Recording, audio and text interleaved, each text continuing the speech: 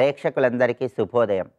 ఈనాటి శుభయోగం శీర్షికన సోమవారం సందర్భంగా జగద్గురువులైనటువంటి ఆదిశంకరాచార్యుల వారు రచించిన శివ అపరాధ క్షమాపణ స్తోత్రంలో ఉన్నటువంటి అంతరార్థం ఏంటో, శివ అపరాధ క్షమాపణ స్తోత్రాన్ని పారాయణ చేయటం ద్వారా ఎలాంటి విశేషమైన శుభ ఫలితాలు కలుగుతాయో పరిశీలిద్దాం. జగద్గురువులైన ఆదిశంకరాచార్యుల వారు శిశువు తల్లి గర్భంలో ఉన్నప్పుడు బాల్యంలో, యవ్వనంలో, వృద్ధాప్యంలో ఎలాంటి బాధలను అనుభవిస్తుందో శంకరాచార్యుల వారు శివ అపరాధ క్షమాపణ స్తోత్రంలో వివరించారు. ఆ స్తోత్రాన్ని అంతరార్థం తెలుసుకుంటూ పారాయణ చేసినట్లయితే ఆగామి సంచిత ప్రారబ్ధ కర్మ ఫలితాల తీవ్రతను తగ్గింపజేసుకొని, తెలిసో తెలియకో చేసినటువంటి అపరాధాలన్నీ తొలగింపజేసుకొని శివానుగ్రహానికి సులభంగా పాత్రలు కావచ్చు. ఈ శివ అపరాధ క్షమాపణ స్తోత్రంలో జగద్గురువులైన ఆదిశంకరాచార్యుల వారు మనందరి తరపున పరమేశ్వరుణ్ణి ఎలా ప్రార్థిస్తున్నారంటే, బాల్యే దుఃఖాతిరేకో మలలులిత వపుః స్తన్యపానే పిపాస నోశక్తశ్చేంద్రియేభ్యో విగత భవగుణజనిత జంతవో మాంతుదంతి నానారోగాది దుఃఖాదృతన పరవశః శంకరం న స్మరామి క్షంతవ్యో మే అపరాధ శివ శివ శివభోహో శ్రీ మహాదేవ శంభో అంటూ మనందరి తరపున బాల్యంలో ఒక పసి పిల్లవాడికి ఎలాంటి బాధలు ఉంటాయో ఈ శ్లోకంలో శంకరాచార్యుల వారు వివరిస్తున్నారు. ఈ శ్లోకంలో ఉన్న అర్థాన్ని మనం పరిశీలిస్తే, బాల్యే దుఃఖాతిరేకో మలలులిత వపుః స్తన్యపానే పిపాస. ఒక పసి పిల్లవాడికి ఇంద్రియములలో చైతన్యం ఉండదు, ఎప్పుడూ రోదిస్తూ ఉంటాడు. ఆకలి వేస్తే పాల కోసం రోదిస్తూ ఉంటాడు. ఆకలి వేస్తోందని నోటితో చెప్పలేడు, అలాంటి బాధను కలిగి ఉంటాడు. అందుకే బాల్యే దుఃఖాతిరేకో మలలులిత వపుః స్తన్యపానే పిపాస. ఎప్పుడూ పాల గురించి ఆలోచిస్తూ పాల గురించే ఏడుస్తూ ఉంటాడు. నోశక్తశ్చేంద్రియేభ్యో, ఇంద్రియాలలో చైతన్య శక్తి ఉండదు. చీమ కుట్టినా దోమ కుట్టినా నోరు తెరిచి చెప్పుకోలేడు. ఆ విధంగా బాధపడుతూ రోదిస్తూ ఉంటాడు. విగత భవగుణజనిత జంతవో మాంతుదంతి. అలాగే ఎన్ని రకాలైనటువంటి అనారోగ్య సమస్యలు వచ్చినా సరే, ఆ అనారోగ్య సమస్యలు చెప్పుకోవటానికి వీలు లేకుండా కేవలం రోదిస్తూ మాత్రమే ఉంటాడు. నానారోగాది దుఃఖాదృదన పరవశః శంకరం న స్మరామి. ఇన్ని రకాలైనటువంటి బాధలు పడుతూ, చీమ కుట్టినా దోమ కుట్టినా చెప్పుకోలేక ఎప్పుడూ రోదిస్తూ, పాల కోసం రోదిస్తూ, ఇన్ని బాధలు ఒక శిశువు పడుతున్నాడంటే, పరమేశ్వర పూర్వజన్మలో నేను నీ పూజ చేయలేదు, నీ ఆరాధన చేయలేదు, నీ అభిషేకం చేయలేదు, నీ నామస్మరణ చేయలేదు. అందుకే నానారోగాది దుఃఖాదృదన పరవశః శంకరం న స్మరామి. శంకరుడా, నిన్ను స్మరించకపోవటం వల్ల, కర్మ ఫలితాల వల్ల మళ్ళీ తల్లి గర్భంలోకి ప్రవేశించి, మళ్ళీ భూమి మీద జన్మించి, మళ్ళీ శిశువుగా అన్ని రకాలైనటువంటి బాధలు పడుతున్నాను స్వామి. ఈసారి ఈ జన్మలో మాత్రం ఎలాంటి తప్పులు చేయకుండా నన్ను అనుగ్రహించు. నీ మీద నా దృష్టి ప్రసరించేలాగా నన్ను అనుగ్రహించు స్వామి.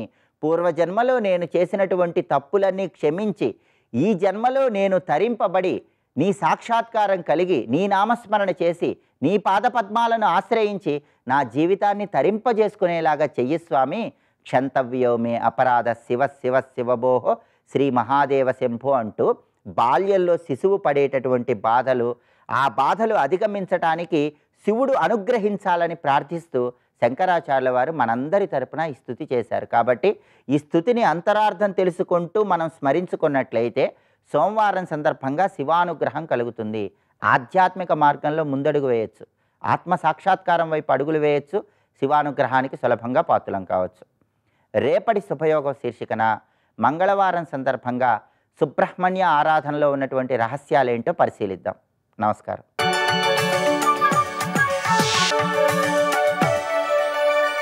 నందకిశోర నవనీత చోర నాద విహార శ్రీధర.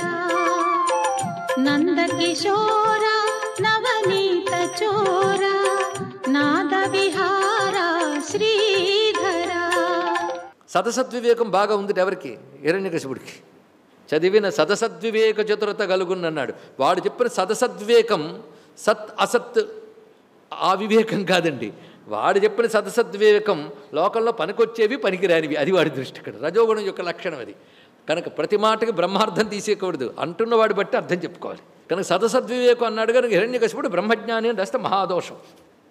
వాడు సదసద్వివేకం లోకంలో పనికొచ్చేవి పనికిరానివి అని ఉద్దేశంతో ఆ సదసద్వివేకం కూడా ఉండదు ఎవడికి, తమోగుణం వాడికి. అని అప్రవృత్తి ప్రమాద మోహయేవచ తమస్యేతాని జాయంతే.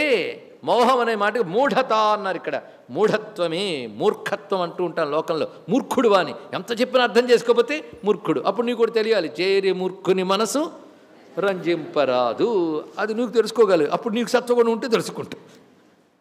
ఇది తమోగుణం యొక్క లక్షణాలనైనా అని వివరించాడు ఇక్కడ.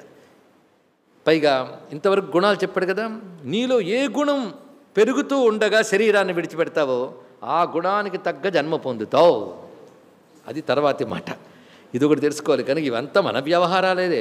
కనుక సత్వరజస్తమ గుణాలు ఎక్కడున్నాయండి? భగవద్గీతలో 14వ అధ్యాయంలో కాదురా బాబు, బతుకులో ఉన్నాయి, భగవద్గీతలో లేవు. భగవద్గీతలో పరమాత్మ గురించి చెప్పాడు. ఈ గుణాలు మనకున్నవి కనుకే పరమాత్మ గురించి చెప్పిన దానికంటే ఈ 3 గుణాలు మనకు ఆనందింపజేస్తే చేస్తున్నాయా లేదా? ఎందువల్ల? ఎప్పుడు ఉన్నాయి కనుక. ఇక్కడ మన సబ్జెక్టు ఉన్న సబ్జెక్టు, పొందవలసిన సబ్జెక్టు వేరు ఉన్నది. యదా సత్వే ప్రవృద్ధేతు ప్రళయం యాతి దేహభృత్ తద ఉత్తమ విదాం లోకాన్ ఉత్తమ విదాం లోకాన్ అమలాన్ ప్రతిపద్యతే, లేదా తదా ఉత్తమ విదాం అన్నమాట. యదా సత్వే ప్రవృద్ధేతు, సత్వంగానే ప్రవృద్ధి అవుతూ ఉంటే ప్రళయం యాంతి దేహభృత్. ప్రళయం అంటే మరణం ఇక్కడ అర్థం. వాడు బతుకు, వాడు చావే ప్రళయం. అందుకు ఇక్కడ ప్రళయ శబ్దానికి అర్థం మరణం అని అర్థము. మరి లయం అనొచ్చు కదా అంటే ప్రతిరోజు నిద్రలో లయమైపోతుందిట. ప్రళయం చావే. కనుక సత్వం ప్రవృద్ధి అయినప్పుడు దేహభృత్ అంటే దేహధారి ప్రళయం యాతి మరణించినట్లయితే తదా ఉత్తమ విదాం లోకాన్ అమలాన్ ప్రతిపద్యతే, ఉత్తమ వేత్తలు పొందే నిర్మల లోకాలను పొందుతారు. అంటే సత్వగుణం వృద్ధి చెందుతూ ఉన్న దశలో కానీ శరీరం త్యాగం చేసినట్లయితే వాడు వెళ్ళేది ఎక్కడికి అన్నాడు? ఉత్తమ విధాన లోకాన్ని అన్నాడు. ఉత్తమ వేత్తలు వెళ్ళే లోకములు బహువచనం వేశాడు. అమలాన్ అంటే ఒక్క స్వర్గమే కాదు, ఇంకా దివ్యలోకాలు చాలా చాలా ఉన్నాయండి. అలాగే రకరకాల ఉపాసనల వల్ల, రకరకాల కర్మల వల్ల ఆయా లోకాలకు వెళ్ళడం ఉన్నది. అవి ఎవరు పొందుతారు అంటే సత్వగుణం, వాడి ఉపాసన వల్ల, వాడి కర్మ వల్ల సత్వగుణం మరింత ప్రవృద్ధమై, ఆ కర్మను ఎంచుకోవడానికే సత్వగుణం ఉండాలి. ఆ కర్మతో సత్వగుణం వృద్ధి చెందుతుంది. అలాంటి సత్వగుణం వృద్ధి చెందిన వారు నిర్మలమైన అంటే దివ్యమైన అని అర్థం లోకాలను పొందుతారు. అక్కడ వాళ్ళు అపూర్వమైన ఆనందాలు అనుభవిస్తారు, దివ్య లోకాలు పొందుతారు. వాళ్ళ దేహం దివ్యమవుతుంది అప్పుడు వచ్చేది. ఎందుకంటే దేవాది లోకాల్లో ఉన్న ఆనందాలు అనుభవించాలంటే శరీరం లేనిది అనుభవం లేదు. అనే సూక్ష్మ శరీరం ఏదో దేహం కోసం వెతుక్కుంటూ ఉంటుంది. కర్మలా అనుభవించాల్సిన బోల్డ్ ఉన్నాయి, కానీ అనుభవించడానికి తగ్గ పరికరం లేదు. ఆ పరికరం కోసమే వాడు చేసిన కర్మలు బట్టి పరికరం లభిస్తుంది.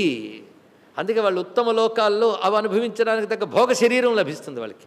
దానితో వాళ్ళు ఆయా లోకాల్లో అనుభవిస్తారు. ఎవరు? సత్వగుణం ప్రవృద్ధమవుతూ ఉండగా శరీరాన్ని త్యజించిన వారు ఆ లోకాలకు వెళతారు. దీన్ని బట్టి మనమేమిటి, మన లోకాలు ఏమిటో మనకే తెలిసిపోతుంది. ఇప్పుడు ఎవరో వచ్చి చెప్పక్కర్లేదు ఏమిటో నా బతుకు చివరికి ఏమవుతుందో నువ్వే నేను స్టడీ చేసుకుంటే నీకే తెలిసిపోతుంది. ఇక్కడ నువ్వు భగవద్గీత చక్కగా చదువుకొని నిన్ను నువ్వు ఇవాళ నుంచి అబ్జర్వ్ చేస్తూ నిన్ను నువ్వు స్టడీ చేసుకోవడానికే నీ జీవితం ఉంది. ఆ పని చేసుకో, దీన్ని బట్టి నువ్వు ఎక్కడికి వెళ్తావో తెలిసిపోతుంది ఇక్కడ ఏ గుణం బాగా ఉన్నదో. ఇది సత్వం ప్రవృద్ధమైనప్పుడు కలిగేటటువంటి మరణం వల్ల ఆ లోకాలకు వెళ్తాడు. ఇక రజసి ప్రళయం గత్వా కర్మ సంగిషు జాయతే. రజసి ప్రళయం అంటే రజోగుణం వృద్ధి చెందుతూ ఉన్న దశలో కానీ ప్రళయం గత్వా మరణించినటువంటి వాడు కర్మ సంగిషు ఈ కర్మలు ఎక్కువ చేసేటువంటి జన్మలు పొందుతూ ఉంటాడు. ఇక్కడ అదేమిటాయి అంటే మనుష్య జన్మ. మనుష్యులే రజోగుణం ఎక్కువ మనుష్యుల్లో ఉంటుందని తర్వాత అధ్యాయాల్లో చెప్తారు భగవాన్. ఇక్కడ తెచ్చుకోవాలి. అంటే మన సహజ ప్రవృత్తి ఏమిటి? మానవుల సహజ ప్రవృత్తి రజోగుణం.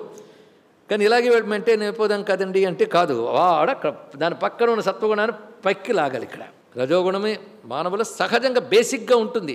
దేవతల్లో సత్వగుణం బేసిక్గా ఉన్నట్టు మానవుల్లో రజోగుణం సహజంగా ఉంటుంది. కాబట్టి వాడు సత్వగుణం డెవలప్ చేసుకుంటూ శరీరం త్యజించాడు అనుకోండి, వాడు దేవత అయిపోయాడు. ఇక్కడ అది మన సాధన మీద. అంటే భగవంతుడు ఇలా ఇచ్చాడు కనుక వీటితో అఘోరించని చెప్పలేదు.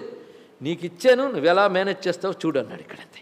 దాన్ని మనం జాగ్రత్తగా చేసుకోవాలి ఇక్కడ. కానీ రజసి ప్రళయం గత్వా కర్మ సంగిషు జాయతే తథా ప్రళీన స్తమసి మూఢయోనిషు జాయతే అన్నాడు. అలా తమోగుణం వృద్ధి చెందుతూ ఉండగా మరణించాడు అనుకోండి, వాడు తర్వాత జన్మలు మూఢయోనులు. మూఢయోనులు అంటే మీరు ఒక జంతువును కూర్చోబెట్టి విషయం చెప్తే ఒక్క విషయం ఎక్కడ అవునా లేదా? కానీ తర్వాత జన్మలన్నీ ఏమిటో తెలిసిపోయింది. మూఢయోనులు అనగా జంతువులు, పశుపక్షాదులు అని ఇక్కడ అర్థం. ఇక్కడ ఇవి మూఢయోనులు, పశుపక్షాలు. వీటిని తిర్యక్ జన్మలు అంటారు. అంటే వెన్నుముక అడ్డముగా ఉన్న జన్మలుట. వెన్నుముక తిన్నగా ఉన్న జన్మ వేరు, వెన్నుముక అడ్డంగా ఉంది. అందుకే అడ్డగాడిదాన్ని తీరుతుంటారు మన వాళ్ళు. ఇక్కడ వాళ్ళు తలెత్తడం చేత కాదు, వాటికి ఎప్పుడు ఇలాగే చూస్తుంటుంది. ఎందుకంటే దాని దృష్టి ఎప్పుడు గడ్డి మీదే. ఈ గడ్డి ఎవడి వల్ల వస్తుందో అని పైకెత్తి సూర్యుడికి చూసి దండం పెడదామన్న కాళ్ళు పైకి రావు, చేతులు పైకి రావు. ఏం చేస్తాం? ఆ తలెత్తుకుని చూసి దండం పెట్టగలిగి బుద్ధి ఇచ్చినందుకు బాగుపడే లక్షణం ఇక్కడుంది, దానికి అవి లేవు. కనుక ఈ తమోగుణం పెంచుకుంటూ ఇంత గొప్ప శరీరంలో తమోగుణాన్ని డెవలప్ చేసుకుంటూ వెళ్ళిపోతే ఆ గుణంతో పోతే తర్వాత జన్మలేమిటి?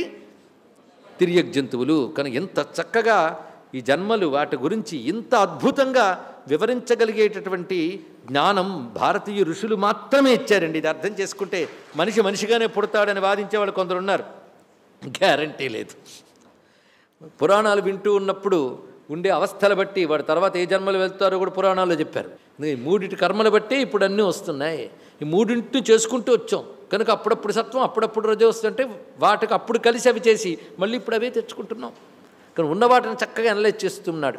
ఇక్కడ మనం గమనించవలసిన 3 చెప్పేశాం కదా. ఇక్కడ 3 లక్షణాలు ఉన్నటువంటిప్పుడు దీన్ని ఈ గుణములు ఉంటాయే కానీ నువ్వు వీటిని ఎలా ట్రీట్ చేస్తున్నావన్న దాన్ని బట్టి దాని వృద్ధి క్షయము ఉంటాయట. అంటే పెరుగుట తరుగుట అనేది నువ్వు ఎలా చేసుకుంటున్నావో తెలుసుకున్నాడు.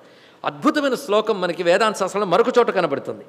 అదేమిటంటే ఆగమః ఆపః ప్రజా దేశః కాలః కర్మచ జన్మచ ధ్యానం మంత్రః అత సంస్కారః దశైతే గుణహేతవః.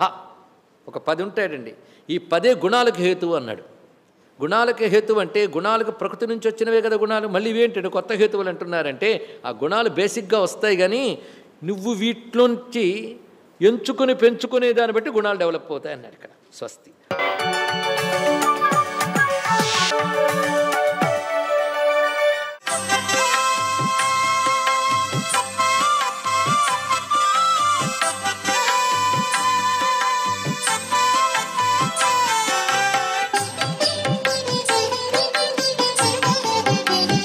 ఓం నమో నారాయణాయ.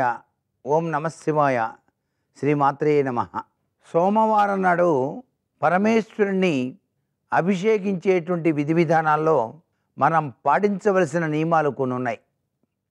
ఏమిటంటే మారేడు దళాలను సేకరించడం, రుద్రాక్షలు సేకరించడం, విభూతి సేకరించడం, అలాగే తప్పనిసరిగా ఆవు పాలు, ఆవు నెయ్యి, ఆవు పెరుగు, తేనె, పంచదార, వివిధ రకాలైనటువంటి పండ్ల రసాలు ఇవన్నీ కూడా సేకరించిన తదుపరి ఈ యొక్క పండ్ల రసాలను స్వామివారికి సమర్పించేటప్పుడు ఒక పలుచటి గుడ్డలో ఆ పండ్ల రసాలన్నీ కూడా పిండి చక్కగా వడబోసి ఆ వడబోసినటువంటి పండ్ల రసాలతోనే అభిషేకార్చన నిర్వహించాలి.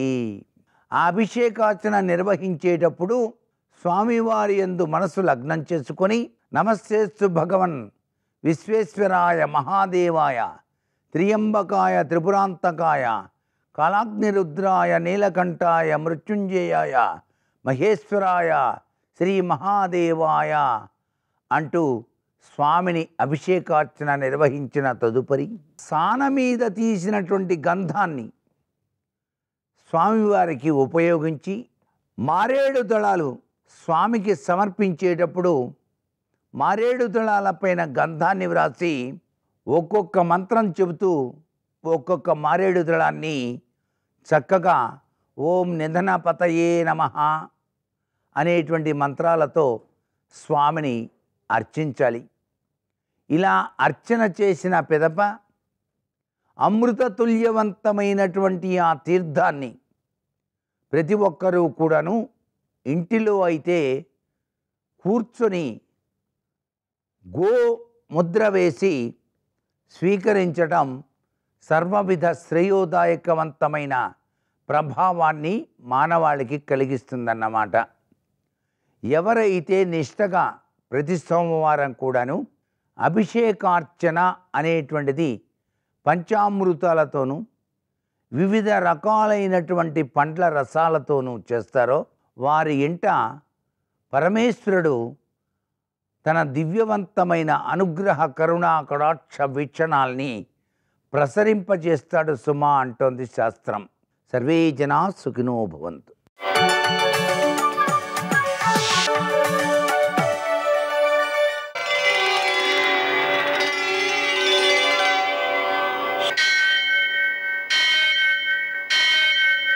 सहस्रशीरुषं देवं विश्वाक्षं विश्वशम्भुवं विश्वं नारायणं देवमक्षरं परमं पदं विश्वतः परमां नित्यं विश्वं नारायणगुं हरिं विश्वमेवेदं पुरुषस्तद्विश्वमुपजीवति पतिं विश्वस्यात्मेश्वरगुं शाश्वतगुं शिवमच्युतं नारायणं महाज्ञेयं विश्वात्मानं परायणम्.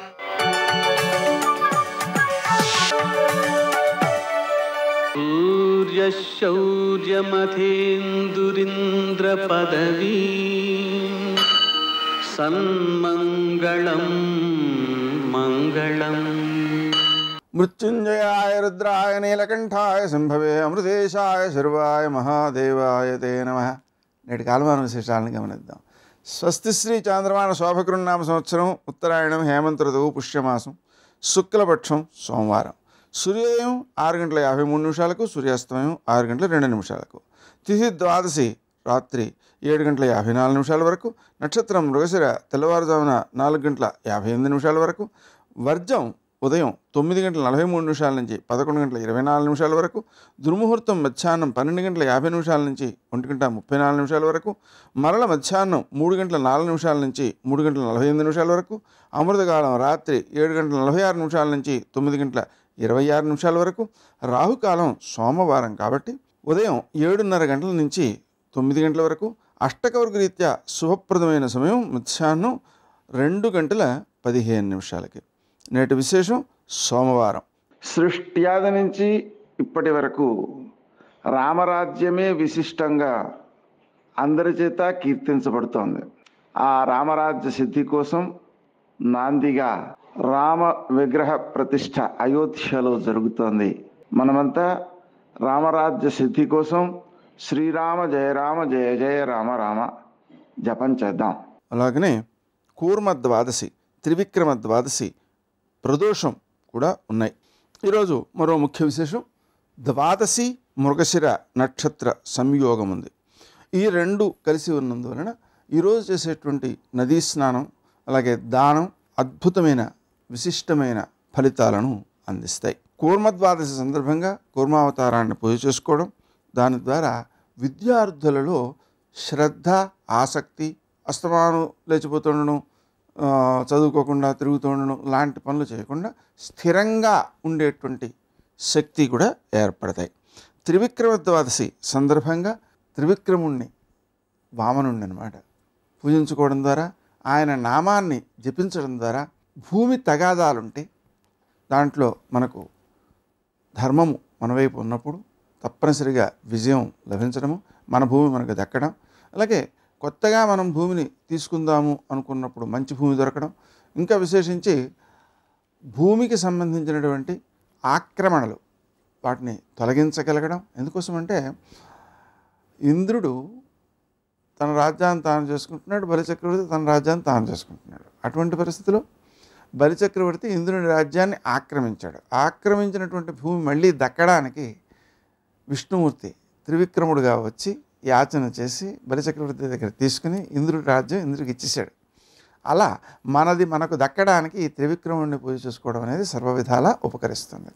అందువలన బలిచక్రవర్తిని స్వాధీనం చేసుకున్నటువంటి వామనుణ్ణి కూడా కలిపి ఆరాధించుకోవడం వలన మనం భూమిని తొందరగా పొందగలుగుతాం. శ్రీ వరాహాయ ధరణ్యుద్ధారకాయ త్రివిక్రమాయ నరనారాయణాత్మనే నమః అనే మంత్రం జపించుకుంటే మన భూమి మనకు దక్కుతుంది. నేటి ఆణిముత్యాలు.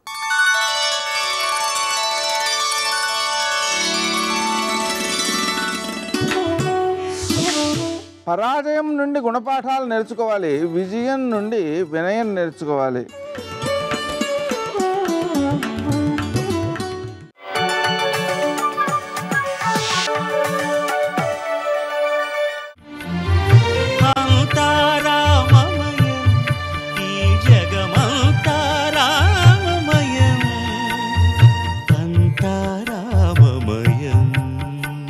ఆపదామపహర్తారం దాతారం సర్వసంపదాం లోకాభిరామం శ్రీరామం భూయో భూయో నమామ్యహం.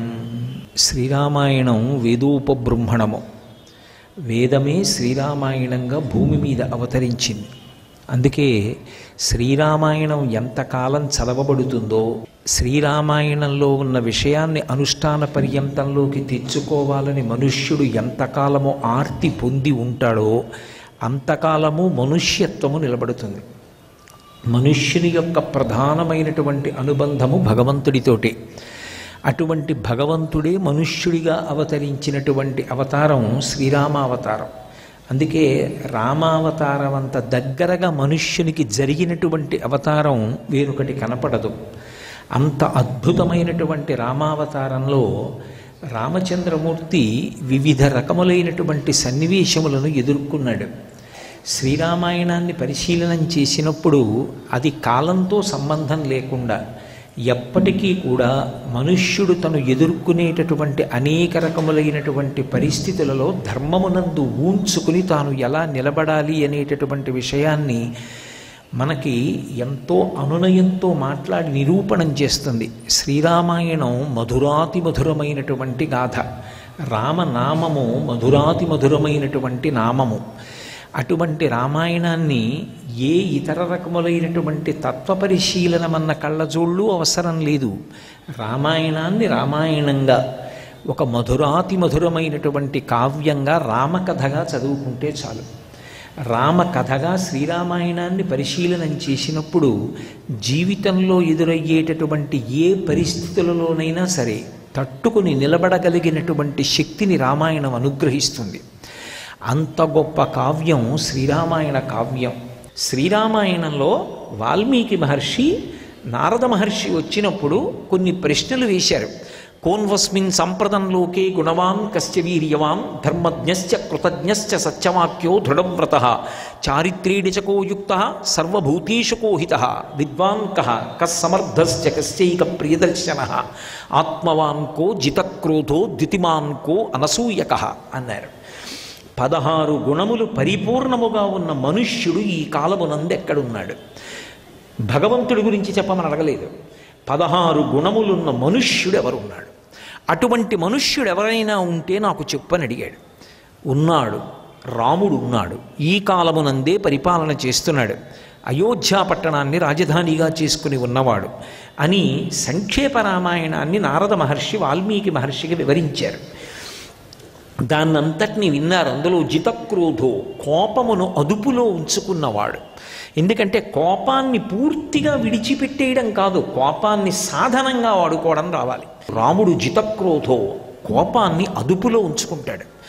కోపం తెచ్చుకుంటాడు, వదిలిపెట్టేస్తాడు. ఎందుకని? వ్యవస్థని చక్కదిద్దడానికి ఇలా వేలు చూపిస్తాడు. అంతకన్నా పరిధి దాటితే తాను కోపానికి వశపడిపోతాననుకుంటే ఆ మెట్టు దాటడు, ఆ హద్దు దాటడు. అందుకే తనని తాను నిగ్రహించుకుని నిలబడతాడు. కోపాన్ని ఒక సాధనంగా వాడతాడంతే, వ్యవస్థని చక్కబెట్టడానికి. బాలకాండ ఎక్కడ పూర్తవుతుంది అంటే సీతారామ కళ్యాణంతో పూర్తవుతుంది. మా నిషాద, లక్ష్మిని పొందిన నారాయణుడు, సీతమ్మని పొందిన రామచంద్రమూర్తి. అందుకని రాముడు శ్రీరాముడయ్యాడు, సీతారాముడయ్యాడు. అందుకని బాలకాండ. మా నిషాధ ప్రతిష్టాత్వం మగమశాశ్వతీ సమాహ. ధర్మం కోసం తండ్రి ఇచ్చిన మాట నిజం కావాలి అనేటటువంటి ఉద్దేశ్యంతో తండ్రిని సత్యవాక్యమునందు ప్రతిష్ఠించడానికి, తండ్రి కైకమ్మకిచ్చినటువంటి మాట నిజమవడానికి తాను 14 సంవత్సరములు అరణ్యవాసం చేసి తండ్రిని ధర్మమునందు నిలబెట్టి తాను ధర్మాచరణ చేసినవాడు కనుక అయోధ్యకాండ, అరణ్యకాండ అందులోకి వెళ్ళిపోయి. సీతమ్మ కథ ఎక్కడొచ్చింది అంటే యత్క్రౌంచ మిథున, కృషించినటువంటి శరీరం కలిగి తపస్విని అయి రామచంద్రమూర్తి కోసమని చెప్పి వ్రతం పాటించినటువంటి సీతమ్మ యొక్క వైభవం చెప్పబడిన సుందరకాండ గురించి అందులోకి వచ్చింది. కాబట్టి యత్క్రౌంచ మిథునాలేకం క్రౌంచి అన్న మాటలోకి సుందరకాండ అయిపోయింది. ఇప్పుడు తిరిగొచ్చిన రాముడు శాశ్వతమైన కీర్తిని పొంది పట్టాభిరాముడయ్యాడు. యుగాలు మారిపోయినా రామరాజ్యం అనే అంటాం. రాజారాముడు, దశరథరాముడు, కోదండరాముడు, సీతారాముడు, ఎన్ని పేర్లు చెప్పినా రాముడివే. అంతటి కీర్తి గణించాడు కాబట్టి శాశ్వతీ సమాహ, విశేషమైనటువంటి కీర్తిని సముపార్జించినవాడా, శాశ్వతత్వమును పొందినవాడా, నీకు నమస్కారం. అందుకే రామాయణం ఎప్పుడో ఒకప్పుడు రాయబడినది, ఎప్పుడో ఒకప్పుడు చదవవలసినది కాదు. యువకుడిగా ఉన్నప్పుడు, సాధనా రంగంలో ఉన్నప్పుడు, 10 మందితో నువ్వు సమన్వయం అవుతున్నప్పుడు, నిన్ను నువ్వు నిగ్రహించుకుని కార్యసాధన చెయ్యడానికి ఏ పథంలో ప్రయాణించాలన్న విషయంలో సమగ్రమైనటువంటి సంస్కృతి ఏర్పడాలి అంటే రామాయణాన్ని చిన్న వయసులో చదువుకోవాలి. అందుకే ఓపికండగా పఠించవలసినటువంటి సద్వస్తువులు ఇవన్నీ. శ్రీరామాయణం అంత అద్భుతమైనటువంటి గ్రంథం. సర్వం శ్రీ ఉమామహేశ్వర పరబ్రహ్మార్పణమస్తు. స్వస్తి.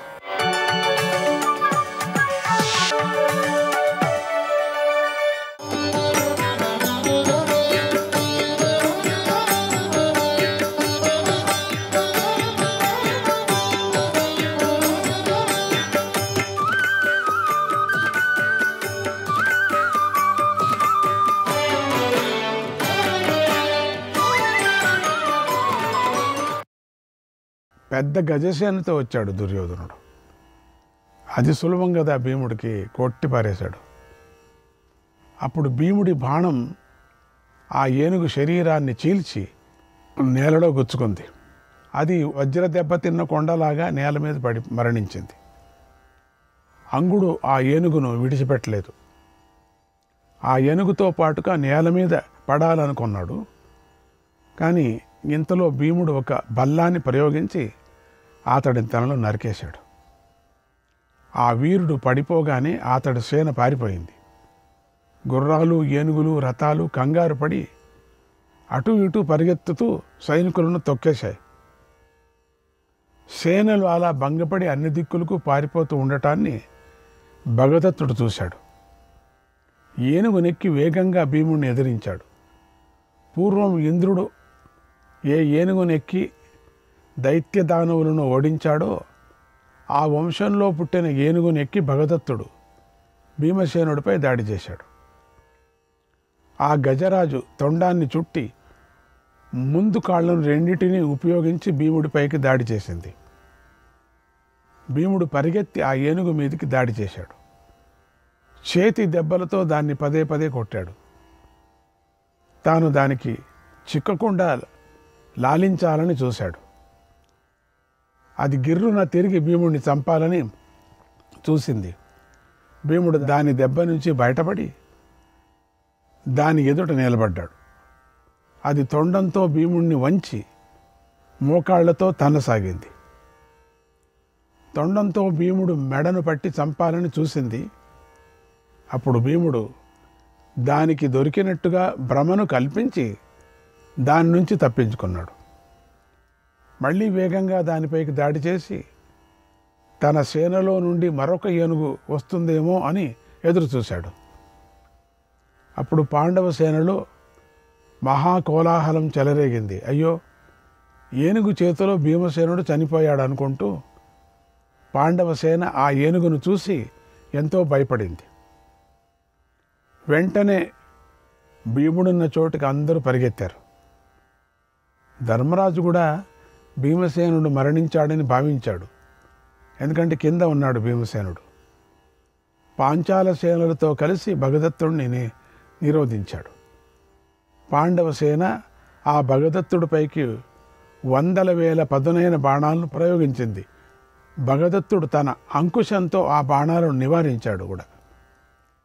తన ఏనుగుతో వేగంగా ముందుకొచ్చి పాండు పాంచాల సేనలను సంహరించాడు. ఆ భగదత్తుడు వృద్ధుడు. అతడు రణభూమిలో ఏనుగు ద్వారా ప్రదర్శించిన అద్భుత పరాక్రమాన్ని నేను చూశాను. అప్పుడు దశారణ రాజు తన ఏనుగుతో భగదత్తుడిపైకి దాడి చేశాడు. దశారణ రాజు ఏనుగు కూడా బలం గలది, అడ్డంగా ఆక్రమించగల శక్తి గలది.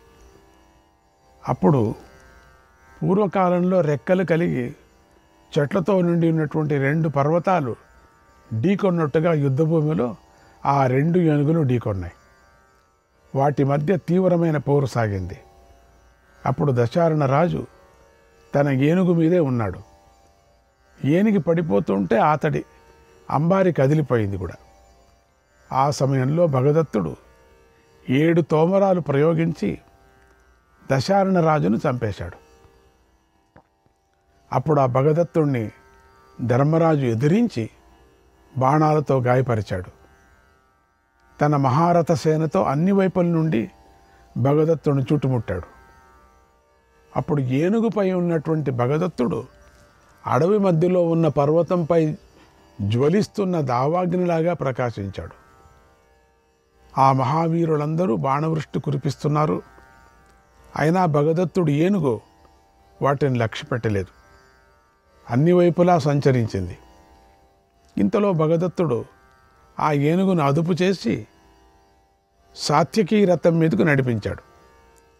సాత్యకీ రథాన్ని విడిచి పారిపోయాడు. అప్పుడు ఏనుగు సాత్యకీ రథాన్ని తొండంతో ఎత్తిపట్టుకొని వేగంగా విసిరగొట్టింది. ఆ తర్వాత రథసారథి తమ గుర్రాను లేపి రథాన్ని సరిచేసి నిలబెట్టి దానిపై కూర్చున్నాడు. సాత్యకి దగ్గరకు రథాన్ని తెచ్చి నిలబడ్డాడు. అప్పుడు ఏనుగు పాండవ సైన వైపుకు కదిలింది. వేగంగా రాజుల రథాల వద్దకు వచ్చింది. అంతగా యుద్ధం చేస్తున్నది ఒక ఏనుగు. రాజులను తొండంతో పట్టుకొని విసిరేసింది. ఆ ఏనుగును చూసి రాజులు ఎంతో భయపడ్డాడు. ఎందుకంటే ఈ ఏనుగు ఇంద్రుడి యొక్క ఏనుగులో ఒక సంబంధం, అంటే ఆ వంశంలో పుట్టిన ఏనుగు. అంత పవర్ ఉంది దీనికి. అంటే కొన్ని ఏనుగులు ఇంకా దండిగున్నాయి, ఇంకా తీసుకురాలేదు. ఒక్కొక్క రోజు వేరు వేరే తెస్తున్నారు, కొత్త కొత్తవి. ఆ ఏనుగు 100 ఏనుగులతో సమానంగా ఉందని భావించారు. భగదత్తుడు ఏనుగుపై ఉండి పాండవ సేనను వధించాడు. అప్పుడు ఆ ప్రదేశంలో అటు ఇటు పరిగెత్తుతున్నటువంటి పాంచాల సేనల శబ్దం, ఏనుగులు గుర్రాలు చేసిన శబ్దాలు బాగా ఎక్కువగా వినిపించాయి. భగదత్తుడు విజృంభించి పాండవ సేనలను సంహరిస్తుండగా మళ్ళీ భీముడు భగదత్తుడిపైకి దాడి చేశాడు. అప్పుడు భగదత్తుడి ఏనుగు తొండంతో నీరు చిమ్మి భీముడి గుర్రాలను భయపెట్టింది. ఆ గుర్రాలు భీముడిని అక్కడి నుంచి మరొక పక్కకు తీసుకుపోయాయి. ఇంతలో ఆకృతి కొడుకైనటువంటి రుచిపర్వుడు భగదత్తుడిపై దాడి చేశాడు. తన రథం తన మీదనే నిలబడి బాణాలతో ఏనుగును గాయపరిచాడు. అప్పుడు భగదత్తుడు ఒక బాణాన్ని ప్రయోగించి ఆ రుచిపర్వుడిని చంపేశాడు. అప్పుడు అభిమన్యుడు, ఉపపాండవులు, చేకితానుడు, దృష్టద్యుమ్నుడు, యుయుత్సువు కలిసి భగదత్తుడు ఏనుగును పీడించారు. వారు భీకరంగా అరుస్తూ దాన్ని వధించాలని దానిపైకి ఎన్నో బాణాలు ప్రయోగించారు. అప్పుడు మేధావి అయిన భగదత్తుడు వారి బాణాలు తగలకుండా తన కాలి మడమలతోనూ అంకుశాలతోనూ ఆ ఏనుగును ముందుకు నడిపించాడు. అప్పుడు ఆ ఏనుగు చెవులను చూపులను స్తంభింపజేసింది. తొండాన్ని చాపింది, వేగంగా కదిలింది. భగదత్తుడు దానిపై నిలబడి యుయుచ్చుడి గుర్రాలను కాలితో నెట్టి సారథిని చంపేశాడు. యుయుచ్చుడు తొందరపడుతూ తన రథం నుండి దూకి పారిపోయాడు. అప్పుడు పాండవ వీరులు ఆ ఏనుగును వధించాలని మళ్ళీ వేగంగా ఎన్నో బాణాలు ప్రయోగించారు. ఎందుకు ఆ ఏనుగు చావటం లేదు. యుయుత్సువు మరో రథం మీదకి ఎక్కి ప్రాణాలు కాపాడుకున్నాడు. భగదత్తుడు ఏనుగుపై నుండి శత్రువులపై బాణాలను కురిపిస్తూ సూర్యుడిలాగా ప్రకాశించాడు. ఆ భగదత్తుడిపై అభిమన్యుడు 12 బాణాలను ప్రయోగించాడు. యుయుత్సువు 10 బాణాలను ప్రయోగించాడు. ద్రౌపదీ పుత్రులు 3 బాణాలను, దృష్టకేతువు 3 బాణాలను ప్రయోగించి బాధించారు. ఆ బాణాలు ఆ ఏనుగుకు తగిలాయి.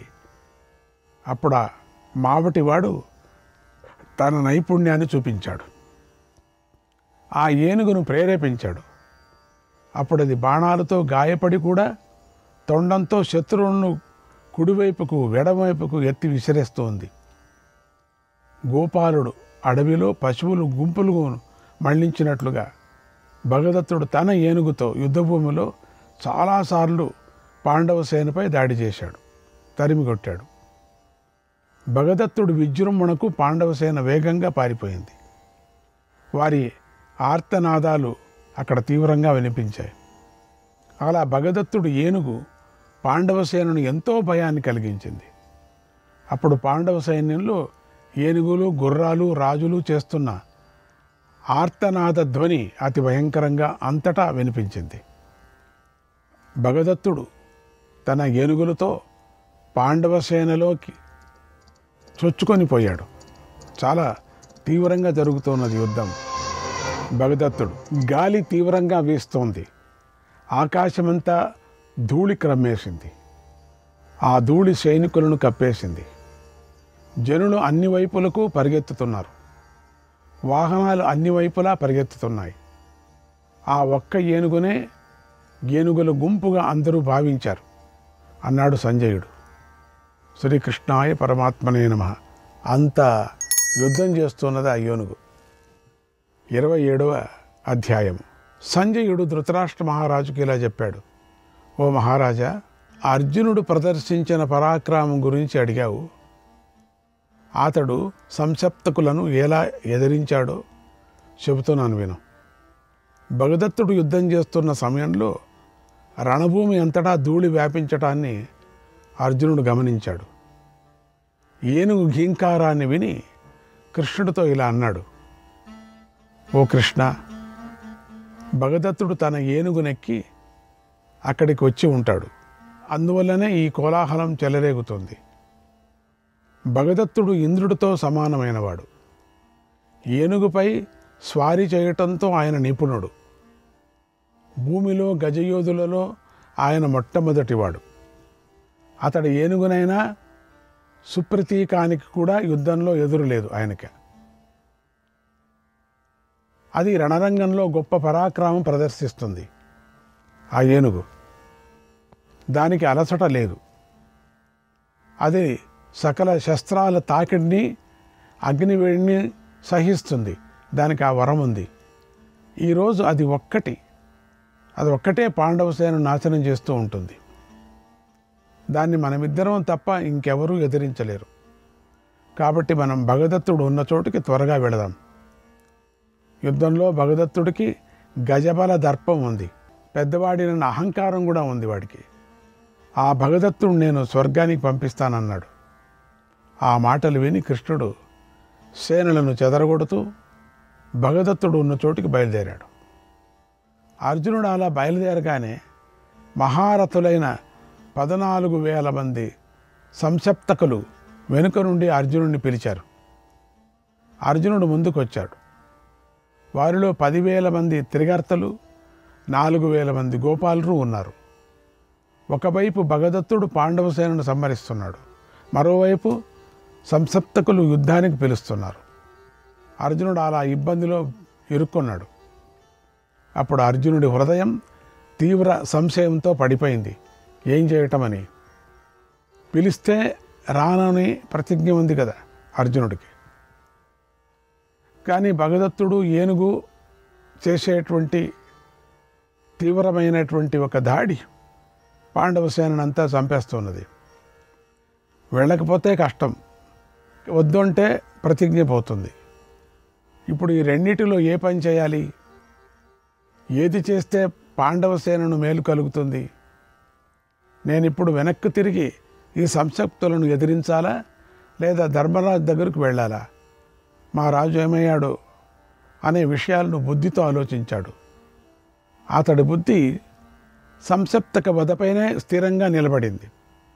వెంటనే అర్జునుడు వెనక్కు తిరిగాడు. ఒంటరిగా 1000 రథికులను సంహరించటానికి సిద్ధమయ్యాడు.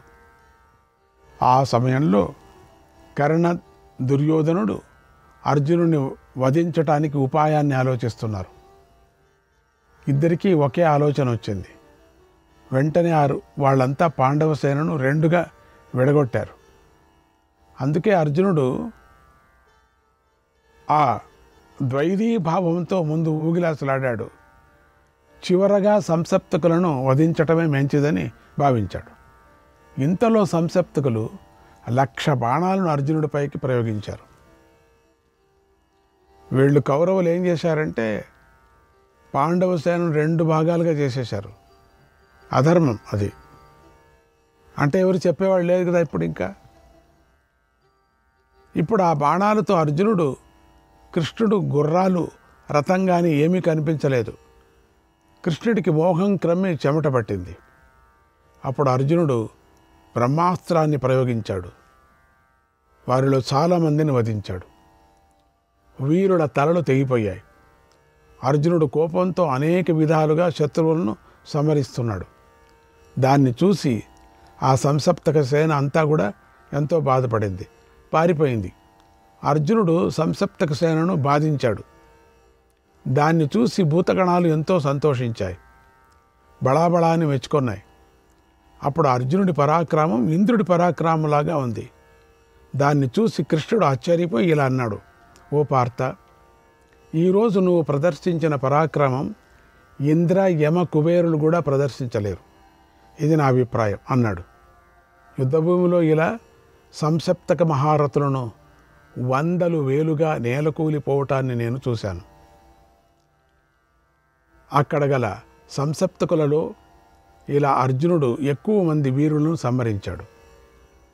కృష్ణ, రథాన్ని భగదత్తుడి వైపు నడిపించు అని కృష్ణుడికి చెప్పాడు. వాళ్ళందరినీ సంహరించాడు. అర్జునుడు అన్నాడు, సంజయుడు చెప్తున్నాడు ఇక్కడ, శ్రీకృష్ణాయ పరమాత్మనే నమః. 28వ అధ్యాయం. సంజయుడు ధృతరాష్ట్రుడికి ఇలా చెప్పాడు, ఓ మహారాజా, అర్జునుడు ద్రోణుడి వద్దకు వెళ్ళాలి అనుకున్నాడు. అప్పుడు శ్రీకృష్ణుడు గుర్రాలను త్వరగా తోలాడు. అర్జునుడి రథం ద్రోణుడి సేనకు దగ్గరగా వచ్చింది. అర్జునుడు బాణాలు ప్రయోగించి ద్రోణాచార్యుని పీడించాడు. తర్వాత తన సోదరుల వైపు వెళుతున్నాడు. అంతలో సుశర్మ తన సోదరులతో అక్కడికి వచ్చేశాడు. వెనక నుండి అర్జునుడిని పిలిచాడు. వీరుల పిలుపును అర్జునుడు సహించలేడు. ఆ పిలుపును అర్జునుడు విని కృష్ణుడితో ఇలా అన్నాడు, ఓ కృష్ణ, ఈ సుశర్మ సోదరులతో కలిసి నన్ను యుద్ధానికి పిలుస్తున్నాడు. అక్కడ కౌరవ వీరులు ఉత్తర దిక్కున మన సేనను నాశనం చేస్తున్నారు. ఈ రోజున ఈ సంసప్తకులు నా మనస్సును సందేహంలో పడేశారు. ఇప్పుడు ఈ సంసప్తకులను నేను సంహరించాలా లేదా నా వారిని రక్షించాలా? చెప్పు. నా మనస్సు సందేహంలో పడింది. ఇప్పుడు నేనేం చేయాలి అని ప్రశ్నించాడు. అప్పుడు శ్రీకృష్ణుడు అర్జునుడి రథాన్ని సుశర్మ ఉన్న వైపుకు తీసుకొని పోయాడు. అర్జునుడు కృష్ణుడి అభిప్రాయాన్ని తెలుసుకొని వెంటనే సుశర్మతో యుద్ధానికి దిగాడు. వేగంగా 6 బాణాలను ప్రయోగించి సుశర్మ సోదరుని, అతడి సూతుడిని, గుర్రాలను కొట్టి చంపేశాడు. అప్పుడు సుశర్మ పాములాంటి శక్త్యాయుధాన్ని అర్జునుడి మీదకు విసిరేశాడు. తోమరాన్ని కృష్ణుడి మీదకు ప్రయోగించాడు. అర్జునుడు 3 బాణాలను ప్రయోగించి శక్తిని ఖండించాడు. మరో 3 బాణాలను వేగంగా ప్రయోగించి తోమరాన్ని ముక్కలు చేశాడు. బాణాలతో సుశర్మను మూర్చిపోయేలాగా చేశాడు. యుద్ధం నుండి పారిపోయేలాగా చేశాడు. తర్వాత అర్జునుడు వెనక్కి తిరిగి బాణవర్షాన్ని కురిపిస్తూ కౌరవ సేన మీద దాడి చేశాడు. ఆ అర్జునుడిని చూసి నీ సేనలోని ఏ ఒక్కరూ అడ్డుకోలేకపోయారు. అప్పుడు అర్జునుడు కౌరవ సేనలోని మహారథులందరినీ సంహరిస్తూ ముందుకొచ్చాడు. అర్జునుని బాణవేగాన్ని నీ సైనికులు సహించలేకపోయారు. అర్జునుడు తన బాణవర్షంలో కౌరవ సైన్యాలను చుట్టివేస్తూ వేగంగా భగదత్తుడి మీద దాడి చేశాడు. అలా అర్జునుడు చేసిన అల్లకల్లోలం ఘోరంగా ఉంది. సముద్రంలో పర్వతాన్ని ఢీకొన్నట్టుగా నావలాగా నీ సేన అర్జునుడిని ఢీకొట్టి నాశనమైంది. తర్వాత 10,000 మంది ధనుర్ధారులు ముందుకొచ్చారు. మనస్సులో భయాన్ని విడిచి అర్జునుడిని ఎదిరించారు. అప్పుడు యుద్ధ భారాన్నంతా అర్జునుడి మీద తానే పడేసుకున్నాడు. శ్రీకృష్ణాయ పరమాత్మనే నమః.